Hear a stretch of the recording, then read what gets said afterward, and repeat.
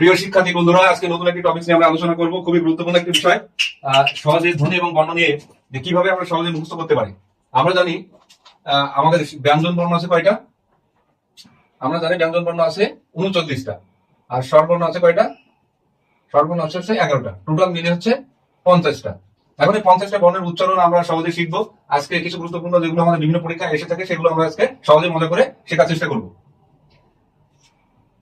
বিশেষ করে আমাদের যে বর্ণগুলো আছে তার ভিতরে পূর্ণ মাত্রা কয়টি আছে, আর অর্ধ মাত্রা কয়টি আছে, আর মাত্রাহীন কয়টি আছে, সেটা অনেক পরীক্ষায় আসে।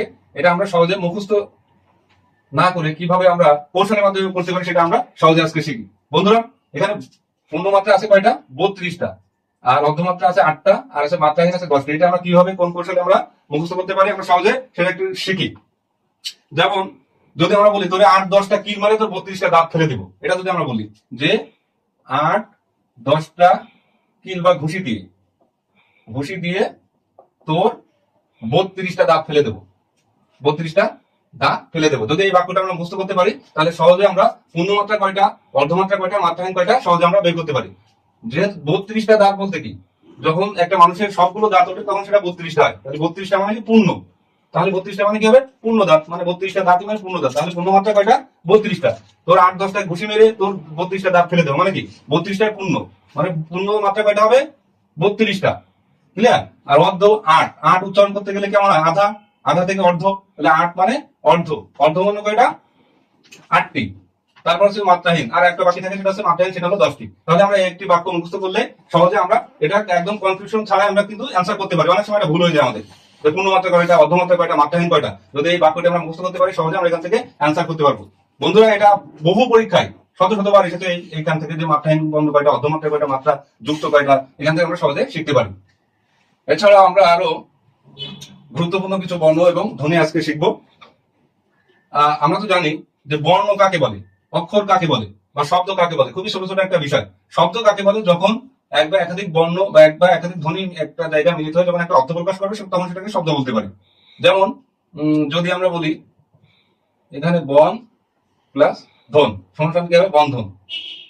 এই বন্ধন একটা কিন্তু শব্দ, আর এই যে বন আর এই যে ধন এটা হচ্ছে কি? অক্ষর। অক্ষর আবার কি? এটা একটা অক্ষর আর এটা অক্ষর।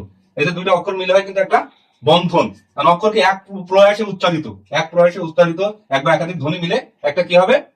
এই শব্দ হবে। তাহলে এক বা একাধিক বর্ণ যখন এক প্রয়াসে উচ্চারণ করবো তখন সেটা অক্ষর হবে। ক্লিয়ার? তাহলে বর্ণ আবার কি? যখন এই বন কি যদি ভাঙ্গি, তাহলে ব আছে, ন আছে, আবার এখানে আছে ধ আছে, এই যে ন আছে, তাহলে ব একটা বর্ণ, ন একটা বর্ণ, ধ একটা বর্ণ, আর ন একটা বর্ণ। ক্লিয়ার? তাহলে আমরা এখান থেকে বর্ণ শিখলাম, শব্দ শিখলাম এবং অক্ষর শিখলাম।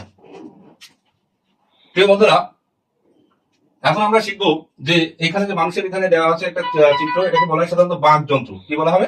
বাক যন্ত্র। বাক যন্ত্র কি? বাক যন্ত্র বা স্বর যন্ত্র বলা হয়, যেখান থেকে আমরা সাধারণত ধ্বনি উচ্চারণ করি। অর্থাৎ যে যন্ত্রের মাধ্যমে আমরা সাধারণত ধ্বনি, শব্দ ইত্যাদি, বাক্য ইত্যাদি উচ্চারণ করি তাকে বলা হবে সাধারণত বাক যন্ত্র। অর্থাৎ এখানে আমাদের অনেকগুলো যন্ত্র আছে। কি যন্ত্র?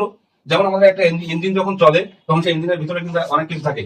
পিস্টন থাকে, সেখানে গিয়ার থাকে, এছাড়াও আরো মাদার যে ইঞ্জিন আছে সেটা থাকে। এরকম সবকিছু মিলে কিন্তু একটা ইঞ্জিন হয়, তখন কিন্তু গাড়ি চলে। তদ্রুপভাবে আমরা যখন ধ্বনি বা বর্ণ উচ্চারণ করি আমাদের কিন্তু অনেকগুলো যন্ত্র অংশ আছে। সেটাকে যেমন নাক আছে, জিহ্বা আছে, কণ্ঠ আছে, এইগুলো শব্দে দাঁত আছে, দন্তকে দাঁত বলা হয়।